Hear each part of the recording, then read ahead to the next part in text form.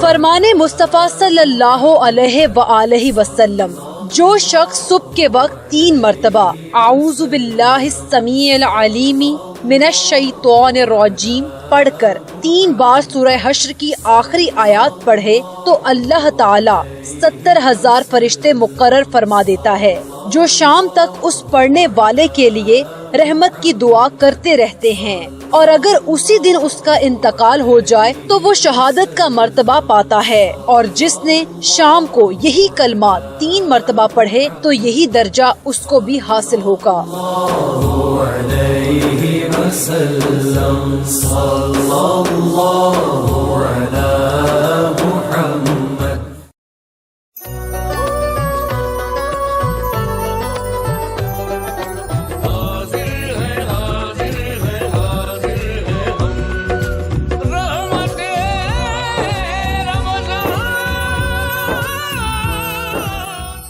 ناظرین السلام علیکم رحمۃ اللہ وبرکاتہ۔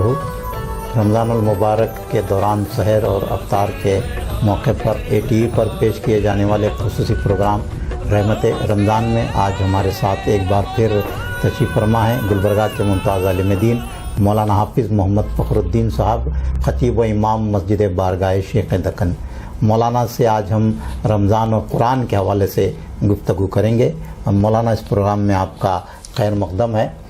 رمضان المبارک کو نزول قرآن کا مہینہ کہا گیا ہے جی، تو رمضان المبارک میں مسلمانوں کا قرآن کے ساتھ کس طرح کا تعلق ہونا چاہیے اور کس طرح سے مسلمان قرآن سے جڑنا چاہیے، اس پر روشنی ڈالیں۔ نحمدہ و نصلی علی رسولہ الکریم، اما بعد، اعوذ باللہ من الشیطان الرجیم، بسم اللہ الرحمن الرحیم۔ انزلنا ھذا القرآن علی جبل لرأیتہ خاشعا متصدعا من خشیۃ اللہ، صدق اللہ و رسولہ الکریم۔ ماہ رمضان شریف قرآن کریم کے نزول کا مہینہ ہے۔ جی، قرآن کریم میں اس کی صراحت اس آیت میں موجود ہے، شہر رمضان الذی انزل فیہ القرآن۔ رمضان کا وہ مہینہ ہے جس میں قرآن نازل کیا گیا۔ جی، نزول قرآن کے باعث اس مہینے کو عظمتوں، رحمتوں اور برکتوں والا مہینہ بنایا گیا۔ جی، مسلمانوں کا تعلق قرآن سے رمضان شریف کے ساتھ ساتھ زندگی بھر مستحکم ہونے کی اشد ضرورت ہے۔ جی، جی، جب تک مسلمانوں کا تعلق قرآن سے مضبوط تھا، مستحکم تھا، جی، ہر میدان میں ہر وقت وہ کامیاب اور سرخرو رہے، جی، کامیابی نے ان کے قدم چومے۔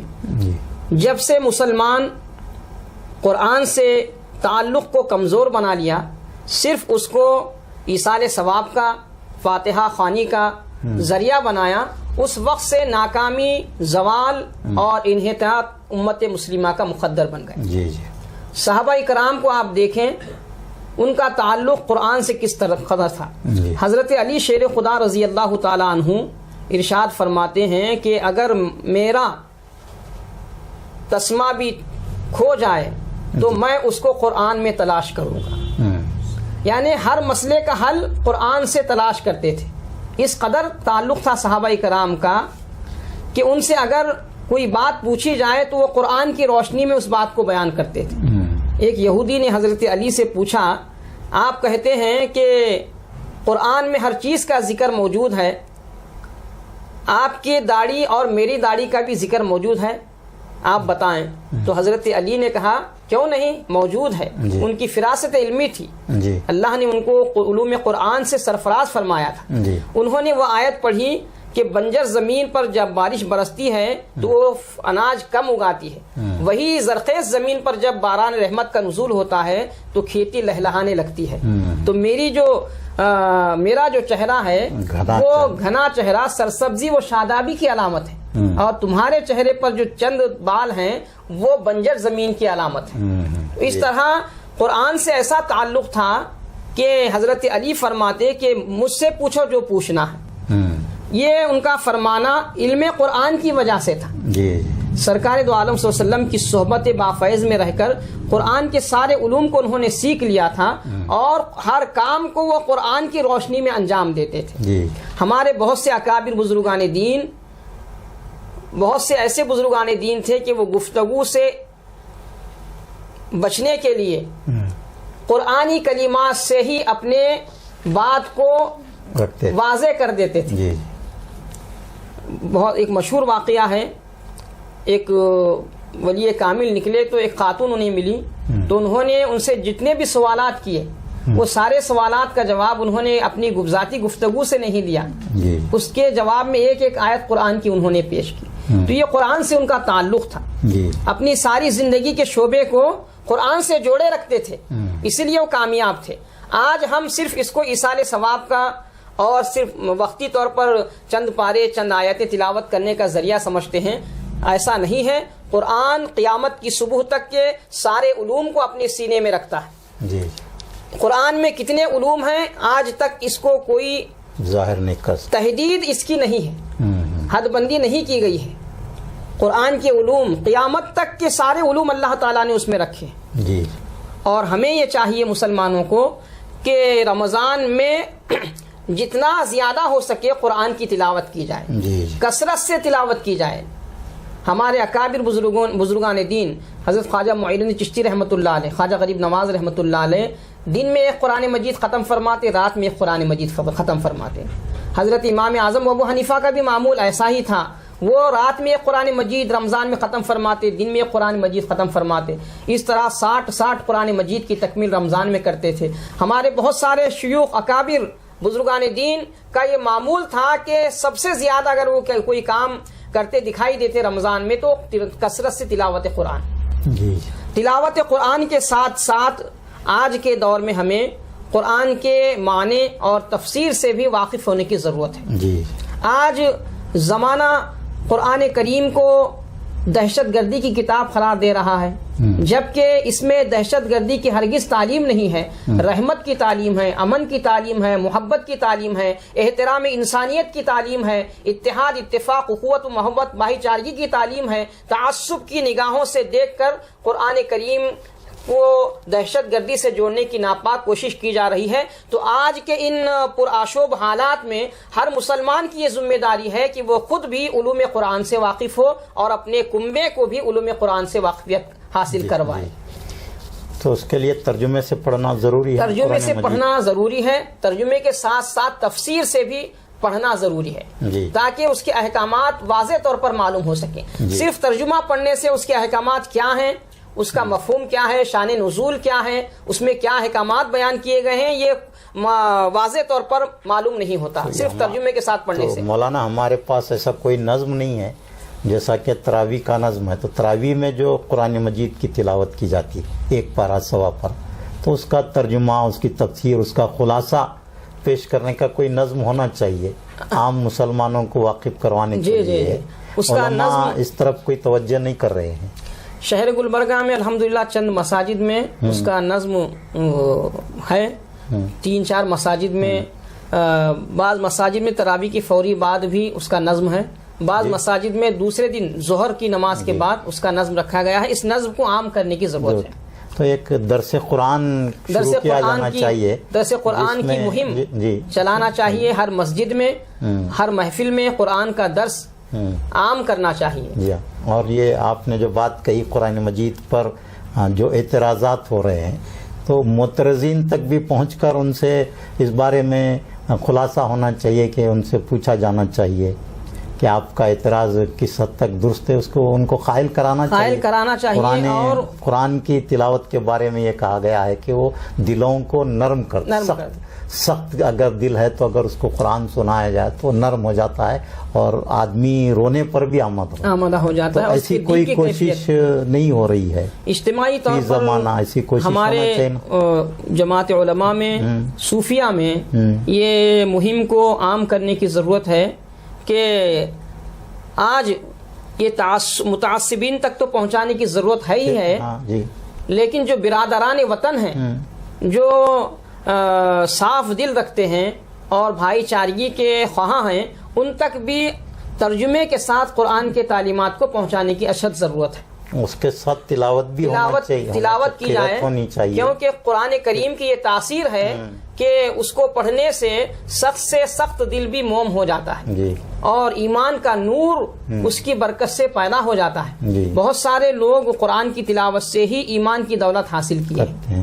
ہمارے اکابر بزرگوں کا یہی طریقہ تھا کہ وہ قرآن کریم کی تلاوت کے ذریعے سے ہی اپنی تبلیغ کے فریضے کو انجام دیتے ہیں۔ تو یہ میں اکثر دیکھتا ہوں کہ رمضان میں قرأت قرآن مجید کے جلسے ہوتے ہیں، تو غیر مسلموں کے لیے بھی اس طرح کے جلسوں کا انعقاد کیا جانا چاہیے، کیا کہیں گے آپ اس بار؟ اس ہمارے ملک میں جو گنگا جمنی تہذیب کا گہوارہ ہے جی، اور شروع سے یہاں کے برادران وطن ہمارے ساتھ بھائی چارگی کے ساتھ رہے ہیں اور یہ سلسلہ جاری رہے گا، یہ صوفی سنتوں کا شہر ہے جی، تو صوفیہ کرام اور دیگر بزرگان دین نے اپنی زندگیوں میں، آپ کبھی یہ بتائیں کہ ان کی محفلیں صرف مسلمانوں تک محدود تھیں، پھر آج کیوں ایسا نہیں ہوتا؟ آج اس نظم میں کمی آ گئی ہے، اثر نو اس کے احیاء کی ضرورت ہے، بہت صحیح، جی ہاں جی، اثر نو اس کی احیاء کی ضرورت ہے۔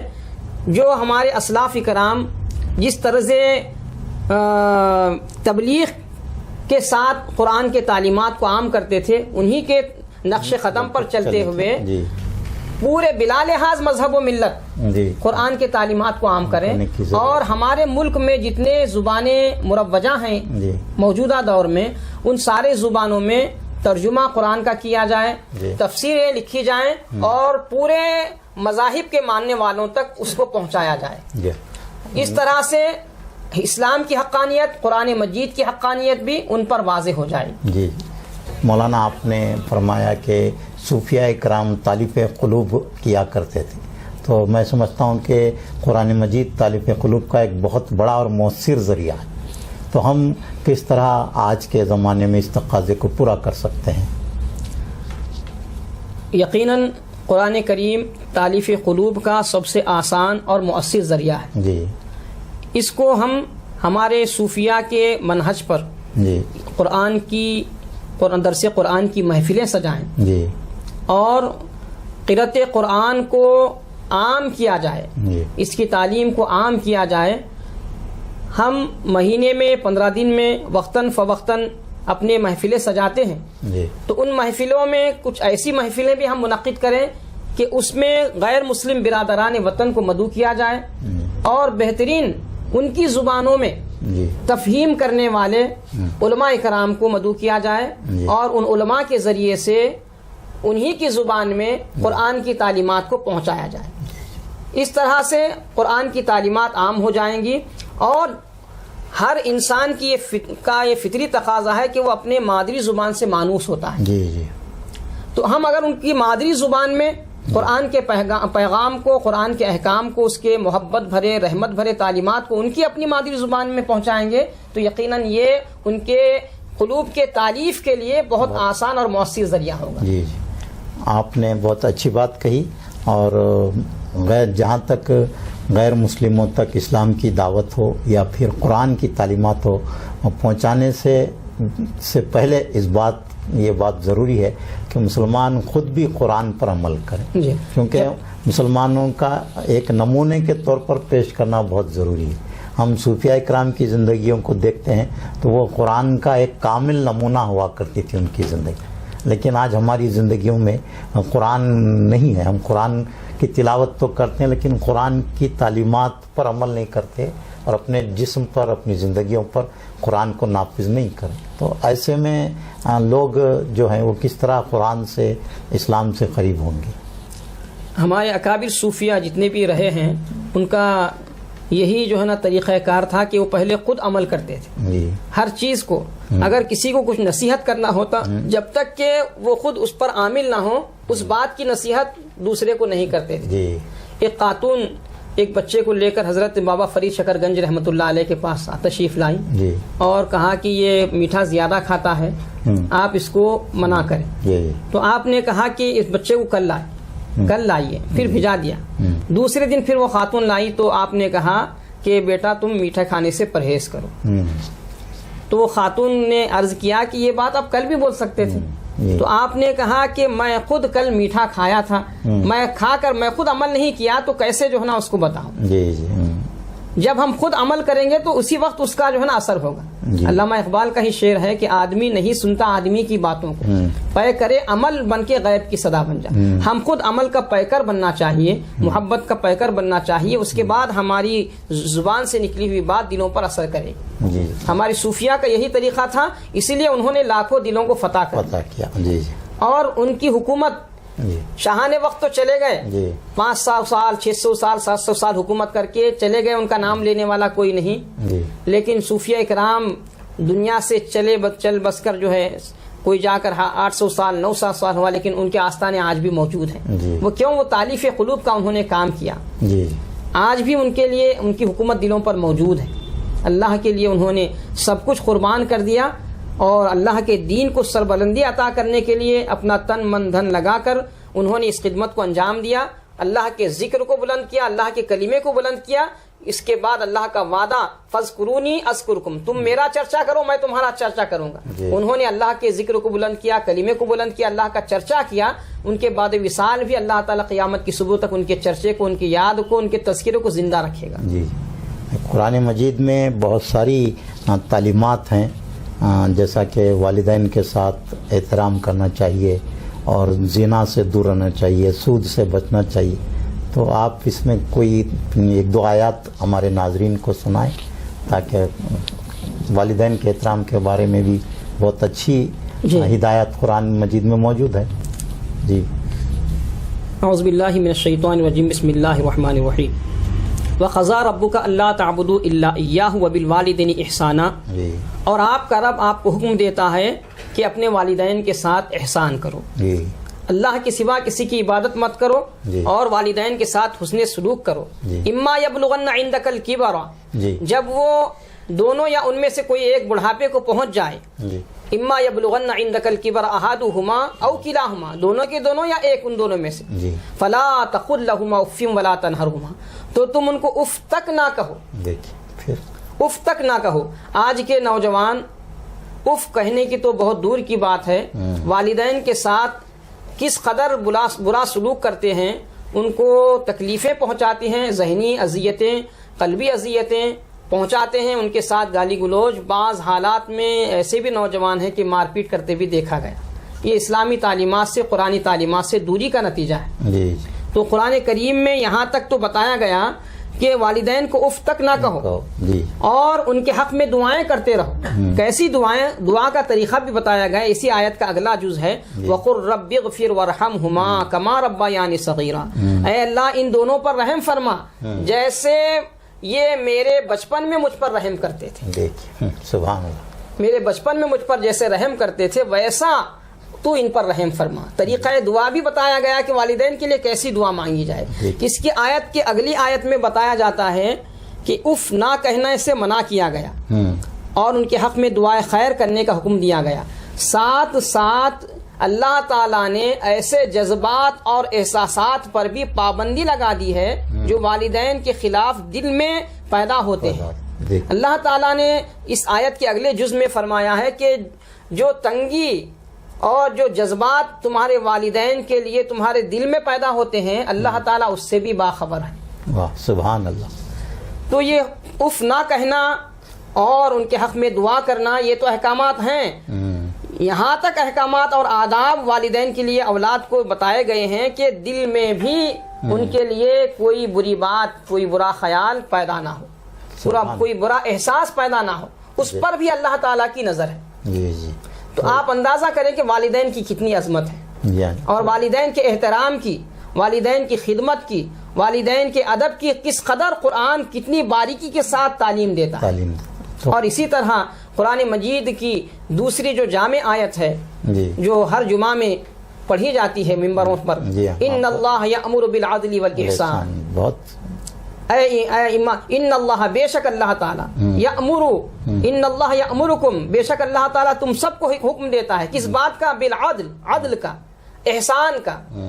ان اللہ یأمرکم بالعدل والاحسان وایتاء ذی القربى، قرابت داروں کو حق ادا کرنے کا حکم دیتا ہے۔ کتنی اچھی سماجی تعلیمات ہے قرآن مجید کی۔ ایک آیت پر بھی اگر ہمارا معاشرہ عمل کر لے، صرف خطبہ جمعہ میں جو آیت پڑھی جانے والی ہے، اس آیت پر بھی اگر ہمارا پورا معاشرہ کاربند ہوتا ہے تو مسلم سوسائٹی سے، مسلم معاشرے سے بہتر کوئی معاشرہ دنیا میں نہیں ہوگا۔ یہ پوری آیت سنائیں اس کو۔ ان اللہ یأمرکم بالعدل والاحسان وایتاء ذی القربى وینہی عن الفحشاء والمنکر والبغی یعظکم لعلکم تذکرون۔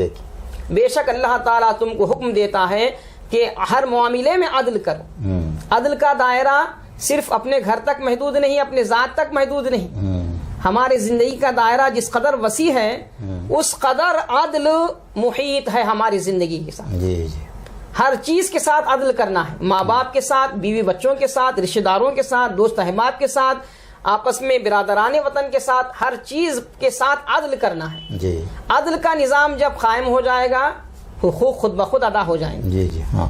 اور اس کے بعد احسان، ایک دوسرے کے ساتھ احسان کا معاملہ کیا جائے. آقا کریم علیہ السلام ارشاد فرماتے ہیں کہ جو خاندان، جو کنبہ ایک دوسرے کی ساتھ صلہ رحمی کرتا ہے، ایک دوسرے کے ساتھ صلہ رحمی یعنی ضرورتوں کو پورا کرتا ہے، مدد کرتا ہے، تو وہ خاندان کبھی غریب نہیں ہو سکتا. سبحان اللہ. غربت اور افلاس اس کے قریب ہرگز پھٹک نہیں سکتی. تو احسان کی تعلیم ہے، عدل کی تعلیم ہے اس آیت میں. اور ان اللہ یأمرکم بالعدل والإحسان وإیتاء ذی القربى، صلہ رحمی کی تعلیم ہے. صلہ رحمی حضرت عائشہ صدیقہ رضی اللہ تعالی عنہ سے مروی حدیث بخاری شریف کی ہے.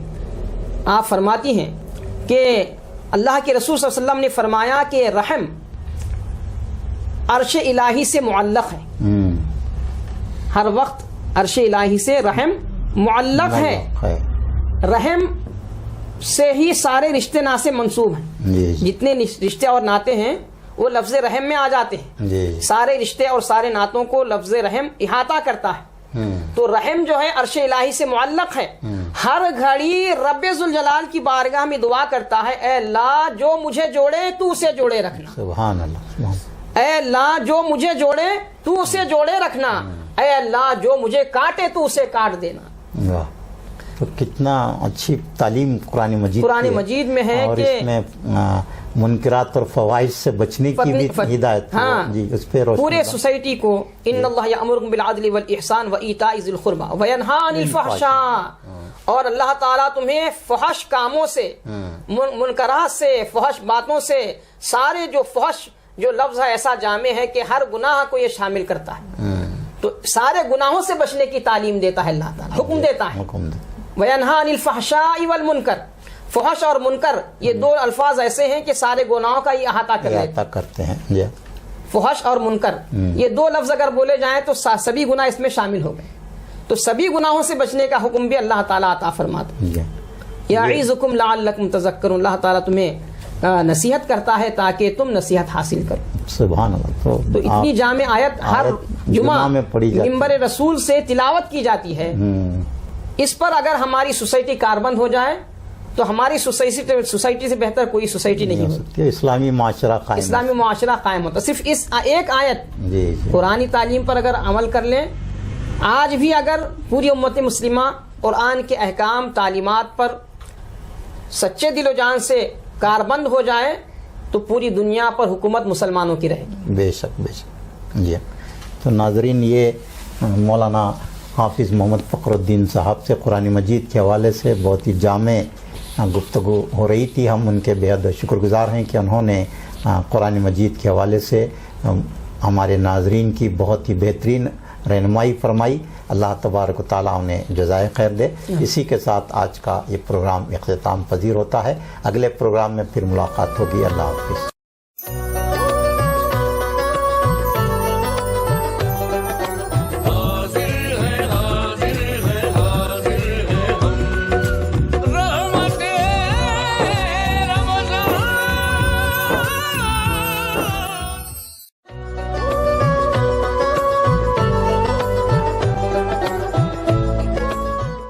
گلبرگہ اور اس کے مضافات میں افطار کا وقت ہو چکا ہے. دوسرے مقامی لوگ اپنے مقامی وقت کے اعتبار سے روزہ افطار کریں. روزہ افطار کرنے کی دعا. اللہم انی لک صمت وبک آمنت وعلیک توکلت وعلی رزقک افطرت. ترجمہ: اے اللہ، میں نے تیری خاطر روزہ رکھا، تجھ پر ایمان لایا اور تجھ ہی پر بھروسہ کیا، اور تیرے ہی دیے ہوئے رزق سے افطار کرتا ہوں.